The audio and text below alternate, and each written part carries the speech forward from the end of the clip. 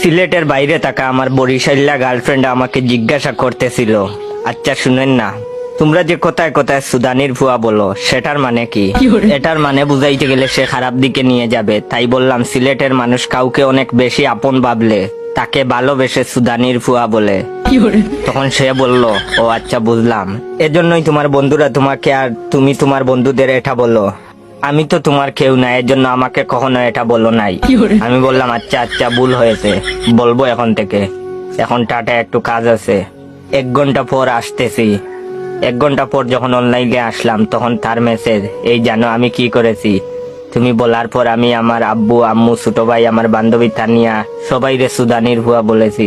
তুমি তো জানোই আমি তাদেরকে কতটা ভালোবাসি। আমি বললাম কি, এটা কি করলা তুমি? সে বলল, তোমাকে বলি নাই বলে রাগ হচ্ছে তোমার? আরে বাবা রাগ করতেছো কেন? এদের সবার থেকে বড় সুদানির বুয়া তো তুমি, কারণ তোমাকে আমি সবচেয়ে বেশি ভালোবাসি।